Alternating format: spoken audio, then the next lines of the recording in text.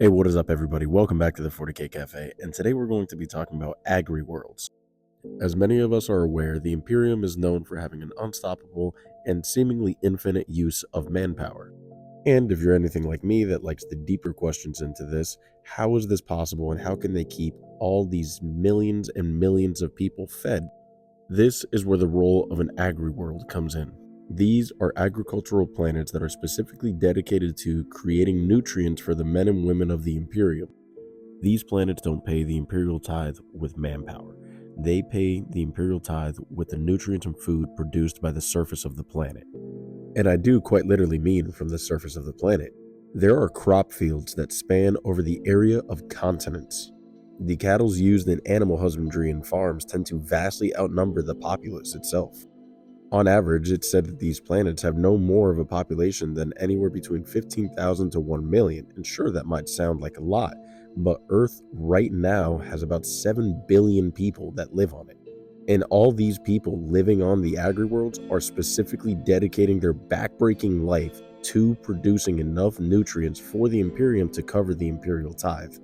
To make matters worse, it's not just about making sure that you have enough nutrients to produce for the Imperial tithe.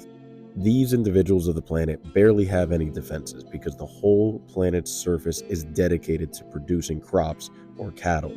This makes these planets very vulnerable to raiders or pirates. And this isn't all that they have to worry about. They have to make sure that their crops and cattle don't ever get sick. For if a plague was ever to take over the agriculture of the world, that would be the end of that world. A single swarm of locusts, a small cattle racked with illness, or any kind of pollution in the water supply could spark the end for an agricultural world.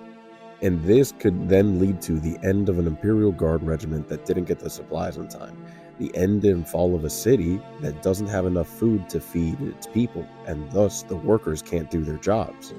After all, food is sometimes how many of the workers of the Imperium end up getting paid. It really does put into perspective that the grim darkness of 40K doesn't just apply to the soldiers on the front lines. The risk of the Chaos Influence and Nurgle's plagues can reach these worlds all the same. Thanks again, guys, for listening. Let me know if you want to hear more about these topics, or if there's anything else you want me to talk about, drop a comment below. And as always, remember to join the Discord and to follow for more.